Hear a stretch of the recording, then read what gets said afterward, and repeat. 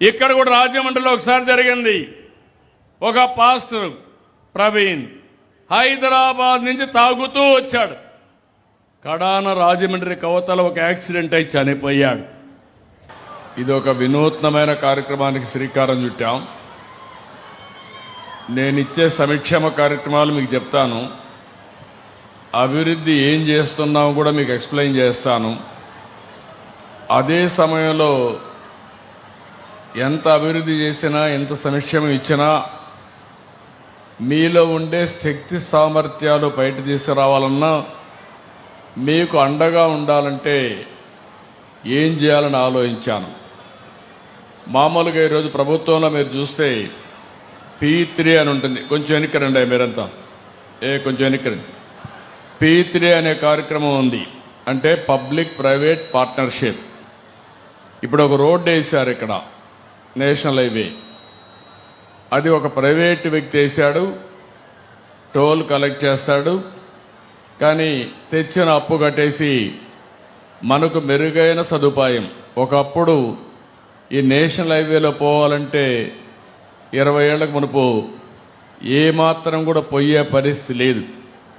ఈరోజు అలాంటిది ఎక్కడ కూడా గుంతలు లేని రోడ్డు, 6 లేను 8 లేను, అవసరమైతే 14 లేన్లు కూడా వేసి సుజావుగా ప్రయాణ సౌకర్యం వచ్చే పరిస్థితి వచ్చింది. ఒకటే కాదు, ఒకప్పుడు మీ దగ్గర ఫోన్లు ఉండేటి కాదు, నన్ను ఎగతాళి చేశారు అప్పట్లో. ఇప్పుడు మీరు చూసి అందరి దగ్గర సెల్ ఫోన్లు ఉన్నాయి. అదే మరి మీకు బ్యాండ్ విత్ కూడా అందరూ ప్రొవైడ్ చేసే పరిస్థితికి వచ్చారు. అది కూడా P3లో వచ్చింది. కరెంటు కూడా చాలా మంది కరెంట్ అదే మరిగా వస్తూ ఉంది. అంటే ఇక్కడ గుర్తుపెట్టుకోవాల్సిందే, మీరందరూ P3 వల్ల వ్యాపారాల వల్ల తెలివితేటలు పైకి వచ్చారు. కానీ ఇప్పటికి కూడా సమాజంలో కొంతమంది అట్టడుగునే ఉన్నారు. మనం ఆర్థిక సంస్కరణలు తీసుకొచ్చాం, సంపద సృష్టించాం, ఆర్థిక అసమానతలు పెరుగుతున్నాయి. అంటే ఒక్కొక్కరు 100 కోట్లు 1000 కోట్లు 2000 కోట్ల రూపాయలు కూడా 10,000 కోట్లు 1,00,000 కోట్లు సంపాదించే పరిస్థితికి వచ్చారు. కొంతమంది 3 పూట్ల తిండి లేకుండా ఇప్పుడే ఇక్కడ నాగవణిని చూశారు. చిన్న వయస్సు, కానీ భర్త చనిపోయాడు. అక్కడి నుంచి ఒక అబ్బాయి ఉన్నాడు, అత్త ఉంది. కానీ ఈరోజు ఆ అమ్మాయికి ఎలాంటి అండ లేదు. అలాంటప్పుడు నేను ఆలోచించింది, ఒక వినూత్నమైన కార్యక్రమానికి P4 అని నేమ్ పెట్టి MBK అన్నాను, మార్గదర్శి బంగారు కుటుంబం.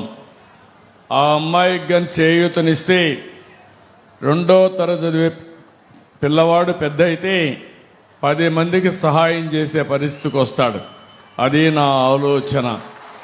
లేకపోతే ఇప్పుడే వదిలిపెడితే చదివించలేక గైడెన్స్ ఇవ్వలేక ఆ అమ్మాయి అతను కూడా కూలి పనికి పంపించే పరిస్థితి వస్తుంది. ఇప్పుడు ఆ అమ్మాయి కూలి పని చేస్తా ఉంది.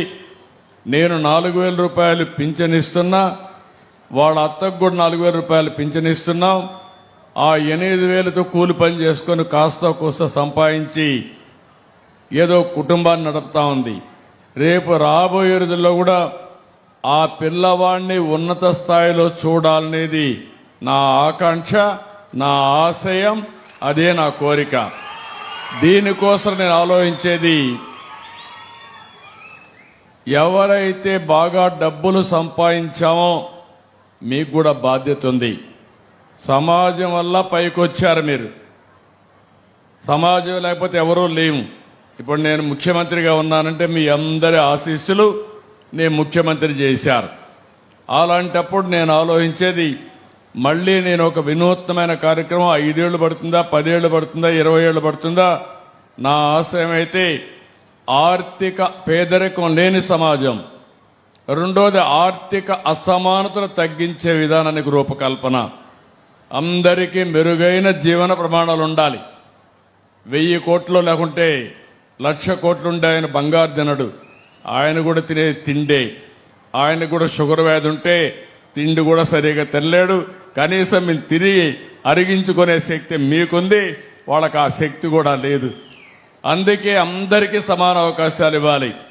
నేను ఇక్కడే ఉండే మార్గదర్శిని కోరుతున్నా, తమ్ముడు ఆ అమ్మాయి కుట్టు మిషన్తో ఆపేయడం కాదు నా ఉద్దేశం. పిల్లవాడిని బాగా చదివించాలి. ఆ అమ్మాయి కూడా చిన్న వయసు, 10th క్లాస్ పాస్ అయింది. అవసరమైతే ఆ అమ్మాయిని కూడా ప్రోత్సహించి ఇంటర్మీడియట్ కానీ ఆన్లైన్లో కూడా చదువుకోవచ్చు. ఇంటికాడ ఫ్రీగా ఉన్నప్పుడమ్మా మీ అబ్బాయి చదువుకోవడమే కాదు, నువ్వు కూడా చదువుకోవాలి.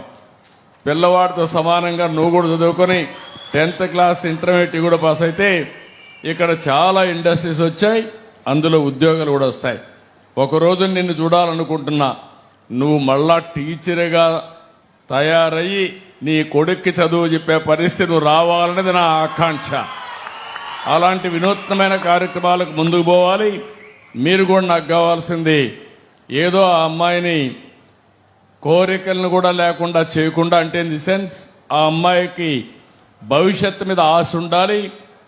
మీరు ఆ పిల్లవాడిని బాగా చదివించడం, ఆ అమ్మాయికి కూడా ఆదాయం వచ్చే మార్గాలు నిరంతరం మీరు నేర్పించడం, మీ కుటుంబంతో సమానంగా వీళ్ళని కూడా మీ తమ్ముడు కుటుంబం అనుకుంటారా, లేకుంటే మీ బంధువుల కుటుంబం అనుకుంటారా, మీ పిల్లలతో సమానంగా ఆవిడని కూడా పైకి తేవాల్సింది నేను కోరుతున్నా. అలాంటి ప్రణాళిక తయారు చేయాలి. ఓకే, తప్పనిసరి. నమ్మకమేనా? నమ్మకం. నేను మానిటర్ చేస్తా ఉంటా ఇవన్నీ. ఓకే, తప్పనిసరి. ఈ రోజు తునికి వచ్చినప్పుడు ఇక్కడ మీటింగ్ లో మాట్లాడని రికార్డ్ చేస్తారు. కంప్యూటర్ ఆన్ చేసి చూస్తే తాతయ్య ఏం చెప్పారు, నాగవణి ఏం చెప్పింది, మొత్తం రికార్డు ఉంటుంది. మళ్ళా నువ్వు గాని నా దగ్గర చెప్పేసి మళ్ళా నువ్వు కోల్డ్ ఫీట్ డెవలప్ చేసుకుంటే కరెక్ట్ గా చేస్తానంటావా? నమ్మకమేనా? నమ్మకం సార్. Okay, good. అది స్పిరిట్. ఇక్కడ నేను మిగిలిన విషయాలు ఎక్స్ప్లెయిన్ కూర్చోమన్నా. Thank you. నువ్వు కూడా నేర్చుకుంటావమ్మా. అబ్బాయిని బాగా చదివించి బాధపడద్దు. ఓసారి విధి సక్రమంగా చేయనప్పుడే ధైర్యం కావాలి. సవాళ్ళు అందరికీ వస్తాయి. సవాళ్లను అధిగమిస్తే మనం ముందుకు పోయే పరిస్థితి వస్తుంది. వచ్చిన సమస్యని తలుచుకొని బాధపడితే నువ్వు ముందుకు పోలేవు. ఈ విషయం కూడా గుర్తుపెట్టుకోవాల్సిన కోరుతున్నా. థ్యాంక్ యూ అమ్మా. కూర్చో. ధన్యవాదాలు. రెండో ఒక బంగారు కుటుంబాలు మార్గదర్శి చెప్పమ్మా. మైక్ తీసుకోమా. ముఖ్యమంత్రి గారికి నా హృదయపూర్వక నమస్కారాలు. నాకు ఎన్న సోమవారం అండి. నేను మేడ్చిట్టి వరలక్ష్మిని అండి. నాకు ఇద్దరు అమ్మాయి అబ్బాయినండి. నేను ఒకప్పట్లో టిఫిన్ కొట్టు పెట్టుకున్నానండి. మీరు 4,000 రూపాయలు పెన్షన్ ఇస్తుంటే అలాగే పిల్లల్ని దాని మీద దీని మీద అలాగే ఇప్పుడు దాకా సాగనంపానండి. ఇప్పుడు కొంత ఇబ్బంది పాలవ్వి సచివాలయానికి వెళ్తే ఇలా సహకారం చెప్పారండి. సహకారం చెప్పి ముఖ్యమంత్రి గారికి మీ బాధలు చెప్పుకుంటే మళ్ళీ టిఫిన్ కొట్టి ఏర్పాటు చేసుకోవచ్చు. పిల్లలు ఒకడు ఇంటర్ ఫస్ట్ ఇయర్ అండి, అమ్మాయి. అబ్బాయి ఇంటర్ సెకండ్ ఇయర్ అయిందండి.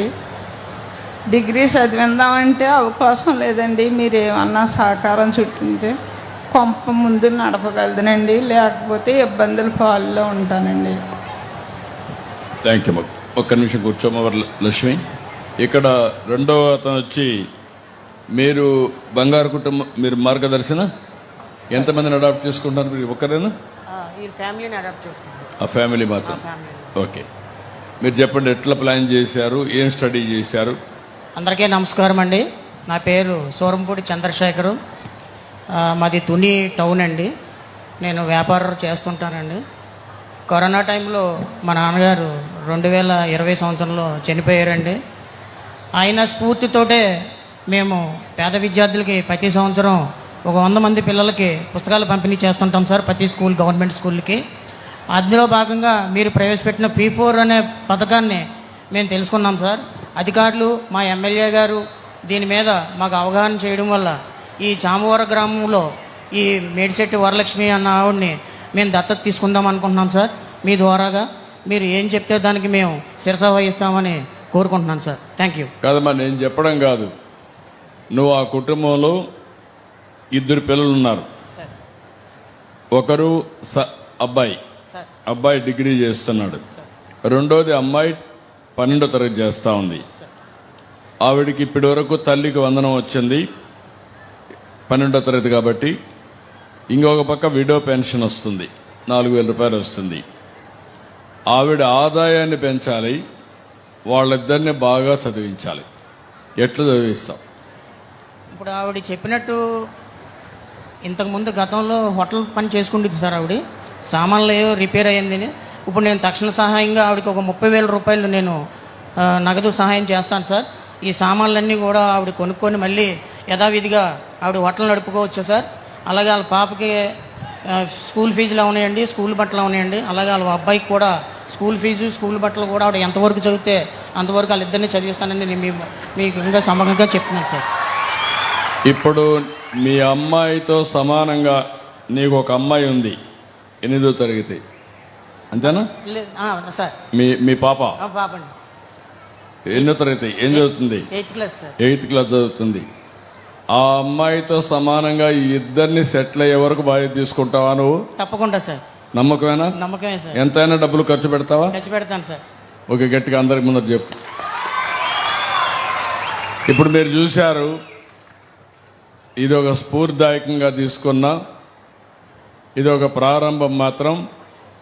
మనం డబ్బులు సంపాదిస్తే తృప్తి కంటే తిరిగి 10 మందికి సహాయం చేసినప్పుడు ఎక్కువ తృప్తి ఉంటుంది. అలాంటిది ఇద్దరు ఇప్పుడు చంద్రశేఖర్ గారు, తాతయ్య గారు ముందుకు వచ్చారు. ఇలాంటి వాళ్ళు కొన్ని లక్షల మంది వస్తున్నారు. ఇప్పటికే 11 లక్షల మందిని P4 కింద ఎంబీకే అంటే నేను పేరు కూడా పెట్టాను, మార్గదర్శి బంగారు కుటుంబం. ఈ కుటుంబం అనాథ కాదు, వాళ్ళిద్దరు కూడా. వాళ్ళిద్దరికీ ఆశలున్నాయి, కానీ భగవంతుడు చిన్న చూపు చూశాడు. ఈరోజు ఇలాంటి వాళ్ళు వస్తే వాళ్ళ జాతకాలే మారే పరిస్థితి వస్తుంది.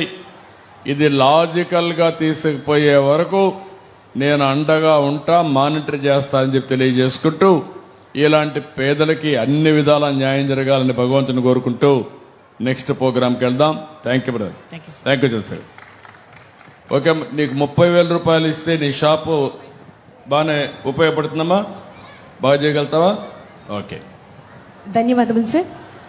ప్రజల ఆశయాలకు ఆకారం ఇచ్చే ఆలోచన, ఆ ఆలోచనకు ఆచరణ రూపం ఇచ్చే నాయకత్వం మన ఆంధ్రప్రదేశ్ రాష్ట్ర గౌరవ ముఖ్యమంత్రి వర్యులు గౌరవనీయులు శ్రీ నారా చంద్రబాబు నాయుడు గారు. కుటుంబం బలపడి వెళ్తాడు. ఎక్కడికి? పాడేరుకి. పాడేరుకి వెళ్ళి ఒక డ్రామా ఆడతాడు. ఆయన ఎవరో కొట్టారని ఆయనే కొట్టించుకొని నాటకాలు ఆడి రాష్ట్రమంతా మత విద్వేషాలు సృష్టించాలని ఒక పెద్ద నాటకాన్ని క్రియేట్ చేశారు. ఈవనాల మీరు చెప్పండి, ఇది 3వ సంఘటన. ఇక్కడ కూడా రాజమండ్రిలో ఒకసారి జరిగింది. ఒక పాస్టర్ ప్రవీణ్ హైదరాబాద్ నుంచి తాగుతూ వచ్చాడు. కడాన రాజమండ్రి కవతల ఒక యాక్సిడెంట్ అయి చనిపోయాడు. చనిపోతే దాన్ని వాస్తవం చెప్తే కాదంటే మొత్తం హైదరాబాద్ నుంచి ఏ మందు షాపుల్లో ఎక్కడెక్కడికి ఎన్ని గంటలకు తాగాడో మొత్తం రికార్డ్ అంతా తీసి అది చెప్పినా కూడా కావాలని మాట్లాడే పరిస్థితికి వచ్చారు. ఇంకో పక్కన మీరు చూడండి, తిరుమల కొండపైన నేను అడుగుతున్నా, ఈరోజు తిరుమల కొండపైన ఇటీవల ఎవరన్నా పోయారా? మీలో తిరుమల పోయిన వాళ్ళు చేతుల పైకెత్తండి. ముందు కంటే మెరుగైనటువంటి సదుపాయాలు ఉన్నాయా లేదా? ఉన్నాయా లేదా? ప్రసాదం బాగుందా లేదా అని మిమ్మల్ని అడుగుతున్నా. సదుపాయాలు బాగున్నాయా లేదని అడుగుతున్నా. బాగున్నాయంటే చప్పట్లు కూడా చెప్పండి బాగున్నాయని.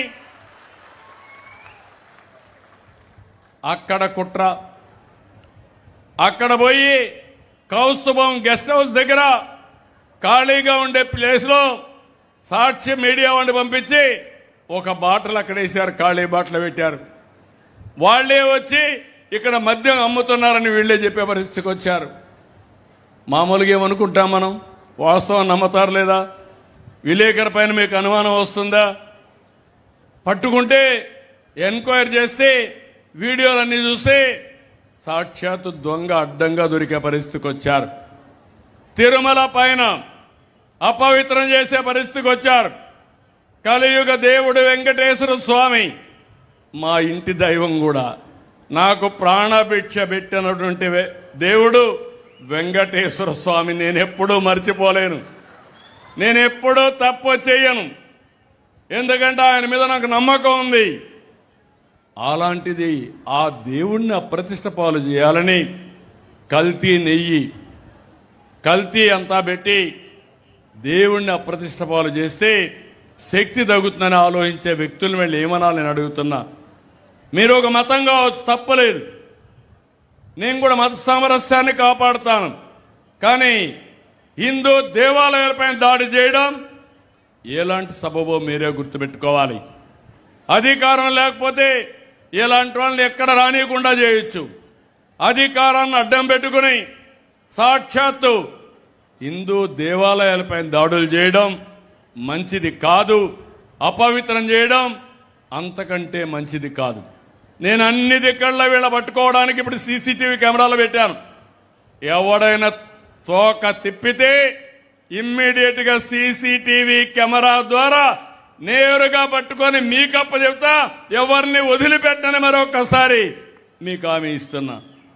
మొన్ననే దస్తగిరిన ఒక వ్యక్తి కడపలో వాళ్ళ సొంత పార్టీ కార్యకర్త వ్యవహారం ఏంటంటే అక్రమ సొమ్ము పంపకాలు, అన్ని దందాలు చేశారు, డబ్బులు సంపాదించారు. అక్కడ వీళ్ళ మేనమా ఉన్నాడు, ఆయన ఫాలోయర్ ఒక ఆయన ఉన్నాడు, డిప్యూటీ మేయర్ కడపలో. అందరూ కలిసి ఆ డబ్బులు ఇవ్వలేదని అతను చంపేశారు. చంపేసి దండ వీరేశారు. దండేసి తెలుగుదేశం చంపేసిందని మా మీద పెట్టేశారు. ఇమ్మీడియట్ ఎంక్వైరీ చేపిస్తే అడ్డంగా దొరికాడు. అంటే మీరందరూ గుర్తుపెట్టుకోవాల్సింది, నిన్న కూడా ఒకటి చూశారు, నంద్యాల రాజశేఖర్ రెడ్డి విగ్రహం, రాజశేఖర్ రెడ్డి విగ్రహం పైన దాడి చేసింది వీళ్ళ కార్యకర్త. దాన్ని సపోర్ట్ చేసిన నాయకుడు వీళ్ళ నాయకుడు. కడాన దాన్ని కూడా తెలుగుదేశం పార్టీని చెప్పబోతే అడ్డంగా పట్టుకున్నాం. 20 నిమిషాల్లో పట్టుకున్నాం. ఇప్పుడు పట్టుకుంటే ఇప్పుడు మీరు చూస్తే పేపర్లో కూడా ఇలా సాక్షి ఉంది కదా, వచ్చిందా ఈరోజు? అది వేరే పేపర్లో వచ్చాయా లేదా? ఎందుకు సాక్షి పేపర్లో రాలేదని అడుగుతున్నా. అంటే మీ నాన్న విగ్రహాన్ని విధ్వంసం చేస్తే నువ్వు నీ పేపర్లో వేయవు. ఎందుకు? నువ్వే చేపించావు కాబట్టి, నీ మనుషులే చేశారు కాబట్టి. ఆ విగ్రహాన్ని విధ్వంసం చేశావని చెప్పి ప్రజల సానుభూతి పొందాలని ప్రయత్నం చేసే వ్యక్తిని ఏమనాలని అడుగుతున్నా. ఈ విషయాలు ఎందుకు మీకు చెప్తున్నానంటే, నేను చెప్పకపోతే మీలో కూడా అన్నీ పట్టించుకోరు. పనులు బాగా జరుగుతున్నాయి, పింఛన్ ఇచ్చాడు, ఎవరి కోసం ఇస్తాడు, ఇంకా ఇవ్వండి. ఒకప్పుడు కూడా మనం చూసాం, దేవతలు లేకుంటే రాజులు యజ్ఞాలు చేసేవాళ్ళు ప్రజాహితం కోసం, రాక్షసులు వచ్చి డిస్టర్బ్ చేసేవాళ్ళు. వాళ్ళతో యుద్ధం చేయాలి, మళ్ళీ యజ్ఞ ఫలితాలు తెప్పించి మీకు పంచాలి. నా పరిస్థితి కూడా అదే. దుర్మార్గులతో యుద్ధం చేయాలి, ఇంకో పక్క మీకు సమీక్షం ఇవ్వాలి, ఉద్యోగాలు ఇవ్వాలి, ఇవన్నీ చేయాల్సిన అవసరం ఉంది. అందుకే నేను మిమ్మల్ని కోరుతున్నా, ఈ విషయాలు మీకు అర్థం కావాల్సిన అవసరం ఉంది. ఇక్కడే మీరందరూ గుర్తుపెట్టుకోవాలి, కాకినాడలో ఒక డ్రైవర్ని చంపి ఆ ఎమ్మెల్సీ డోర్ డెలివరీ చేస్తాడా అంటే ఏమనుకుంటారా? గర్వం. డోర్ డెలివరీ చేస్తే ఈ యొక్క గొడ్డలి పార్టీ ఊరేగింపజేస్తారా?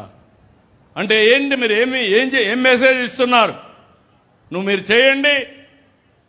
నిన్న ఒక ఆయన అంటున్నాడు, ఇది గొడ్డలి పార్టీయే కాదు, ఇంకా కత్తులు కటారాలు తీసుకొస్తా అంటున్నాడు. ఇక్కడ ఉండేది సిబిఎన్, గుర్తుపెట్టుకోండి. ఇక్కడ దృఢమైన ఎన్డీఏ, ఒక పక్క నేను, ఒక పక్క పవన్ కళ్యాణ్ గారు, ఒక పక్క నరేంద్ర మోడీ గారు ఉండే ఎన్డీఏ. ఎవ్వడి ఆటలు తాగనీయం, ఆ విషయం గుర్తుపెట్టుకోవాలా. అంటే ఒక రాజకీయ పార్టీగా ఇవన్నీ ఉంటే మీరు కరెక్ట్ చేసుకోవాల్సిందే పోయి విచ్చలవిడిగా మీరు మాట్లాడితే మేము ఉపేక్షించాలని అడుగుతున్నా. ప్రజాహితం కోసం ఎట్టి పరిస్థితుల్లో ఇలాంటి చేయకుండా చేసే బాధ్యత నేను తీసుకుంటాం. నేను అడుగుతున్నా మిమ్మల్ని అందరినీ, కనీసం అలాంటి వాళ్ళని సస్పెండ్ చేశారా అని అడుగుతున్నా. ఎలాంటి సందేశాన్ని మీరు ఇస్తారు? కనీసం కండెమ్ కూడా చేయడం లేదు. ఇది రాజకీయాల్లో విలువలు చాలా ముఖ్యం. ఒక వ్యక్తికి ఒక విలువ ఉండాలి. విలువ అనేది ఒక పద్ధతి ప్రకారం చేసేది రాజకీయం తప్ప విచ్చలవిడిగా చేసేది రాజకీయం కాదు. ఆ విషయం కూడా గుర్తుపెట్టుకోవాల్సిన అవసరం ఉంది. నేను ఫైనల్గా మీ అందరికీ ఒకటే చెప్తున్నా, నేను అన్ని ప్రాంతాల అభివృద్ధి కోసం ఆలోచిస్తున్నాం. విశాఖపట్నం రీజన్గా పెట్టి కాకినాడ వరకు, పాత ఈస్ట్ గోదావరి వరకు ఒక రీజన్గా ఏమేమి అభివృద్ధి చేయాలని ఆలోచిస్తున్నాం.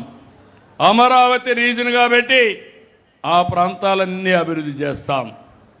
ఇంకో పక్క ఇక్కడికి వచ్చే కొందికి తిరుపతి రీజన్గా పెట్టి ఆ ప్రాంతాలను కూడా ఇచ్చేస్తాం. నేను ఇవన్నీ చెప్తున్నానంటే మీలో కూడా ఆలోచన విధానం ఆలోచించుకోవాలి.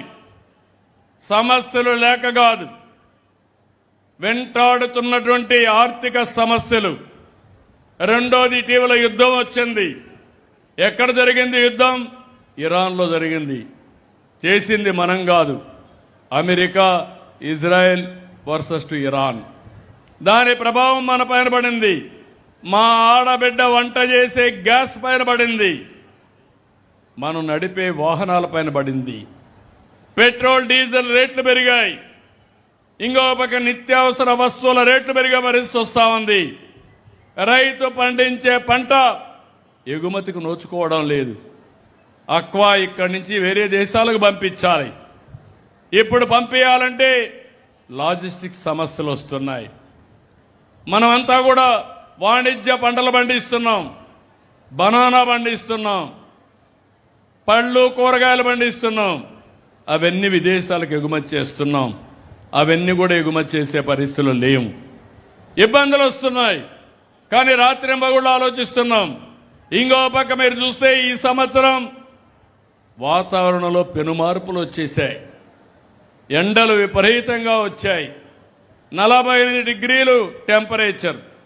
ఇంకో పక్క వర్షాలు కూడా ఎక్కడికక్కడ గాలి వానలు వచ్చే పరిస్థితి వచ్చింది. ఎల్నో అంటున్నారు.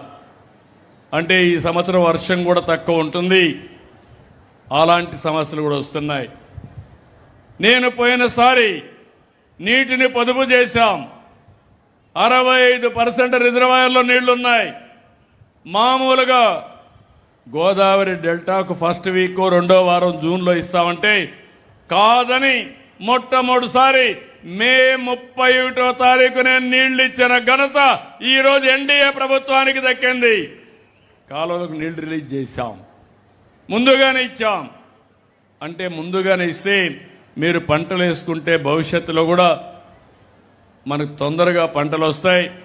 రెండో పంట కూడా ప్రీపోన్ చేసుకుంటే ఎండాకాలం కాకుండా ముందేగాని వస్తే మళ్ళీ రాబోయే సంవత్సరం కూడా వెసులుబాటు ఉంటుందని మనం ముందుకు పోయే పరిస్థితికి వచ్చాం. రెండోది, ఇక్కడ మీరు అందరూ ఉన్నారు. 27 పుష్కరాలు వస్తాయి. పుష్కరాలు ఘనంగా చేస్తాం. ప్రకృతితో అనుసంధానం అవుతాం. నదుల్ని పూజిద్దాం. అదే సమయంలో పోలవరం కూడా 2027 పుష్కరాల కంటే ముందే పూర్తి చేసి జాతికి అంకితం చేస్తామని మీ అందరికీ హామీ ఇస్తున్నా. దానివల్ల ఈస్ట్ గోదావరి మెట్ట ప్రాంతాలకు కూడా మొత్తం కాకినాడ అంతా కూడా నీటి సమస్య ఉండదు. ఇంకో పక్క ఎడమ కాలువ అనకాపల్లి వరకు రాబోయే జూలై లోపలనే పూర్తి చేసి నీళ్లు అందిస్తాం. ఈ ప్రభుత్వం ఒక సంకల్పంతో పనిచేస్తున్నాం. ఇక్కడ మీరు ఒకసారి చూస్తే చాలా పెద్ద ఎత్తున ఇక్కడ పనులు కూడా మీరు చూసినప్పుడు కొత్త కొత్త టెక్నాలజీలు కూడా తీసుకొస్తున్నాం. ఇప్పుడే దివ్య గారు చెప్పారు. నేను ఒకటే ఆవిడకి హామీ ఇస్తున్నా. ఈ నియోజకవర్గం తుని నియోజకవర్గం తెలుగుదేశం పార్టీకి ప్రత్యేకం. దానికి కారణం మొదటి నుంచి కూడా ఒక సీనియర్ మెంబర్గా ఉండి రామకృష్ణ గారు బాగా పనిచేశారు. తప్పకుండా ఈ నియోజకవర్గం పైన ప్రత్యేకమైన శ్రద్ధ పెడతాం. ఇక్కడ మత్స్యకారులు ఉన్నారు, వాళ్ళ కోసం నేను కొత్తగా సముద్రపు నాచును కూడా తీసుకొచ్చామంటే సీవీడ్ని తీసుకొచ్చాం. సముద్రంలో చేపలు పట్టుకోవడానికి 200 మోడర్నైజ్డ్ బోట్లు కూడా ఇస్తున్నాం. ఇంకో పక్క సీవీడ్ ద్వారా మందుల తయారీకి, లేకపోతే దీనివల్ల చాలా ఉపయోగాలు ఉన్నాయి, అవన్నిటికీ దీన్ని ఉపయోగించి మీ ఆదాయాన్ని పెంచుతాం. కొత్తపల్లి మండలంలో అమీనాబాద్లో ఒక ఫిషింగ్ హార్బర్ కూడా తీసుకొస్తాం. ఇది 273 కోట్లు అవుతుంది. అవసరమైతే ఇంకా కొద్దిగా ఎక్కువైనా అది కూడా ఖర్చు పెట్టి దీన్ని కూడా పూర్తి చేస్తామని చెప్పి కూడా నేను మీకు తెలియజేస్తున్నా. ఇది కాకుండా ఇక్కడ ఏవైతే సమస్యలు ఉన్నాయో కొన్ని సమస్యలు కూడా ఉన్నాయి. ఆ సమస్యలు మీరు చూస్తే 300 లీటర్లు diesel under the boat oil subsidy కింద ఇస్తున్నాం. దీన్ని ఇంక్రీజ్ చేయమంటున్నారు. నేను ఒకసారి స్టడీ చేసి ఏమాత్రం అవకాశం ఉన్నా చేసే బాధ్యత. ఎందుకంటే మనకు నేను చెప్పేసి వెళ్ళిపోయినాక డబ్బులు కానీ లేకపోతే ముఖ్యమంత్రి చెప్పాడు కాలేదని మీరు నన్ను విమర్శించే పరిస్థితికి వస్తుంది. ఇంకొక పక్కన ఈ బోట్లన్నీ కూడా రిజిస్ట్రేషన్ చేయమన్నారు. అది పెద్ద ఇష్యూ కాదు, అది రిజిస్టర్ చేస్తామని చెప్పి నేను మీకు తెలియజేస్తున్నాను. అమీనాబాద్ హార్బర్కి అయితే దగ్గర 80 కోట్లు అదనంగా కావాలన్నారు. తక్షణమే 80 కోట్ల రూపాయలు ఇచ్చి దాన్ని పూర్తి చేసే బాధ్యత ఈ ప్రభుత్వం తీసుకుంటామని చెప్పి నేను మీకు తెలియజేస్తున్నా.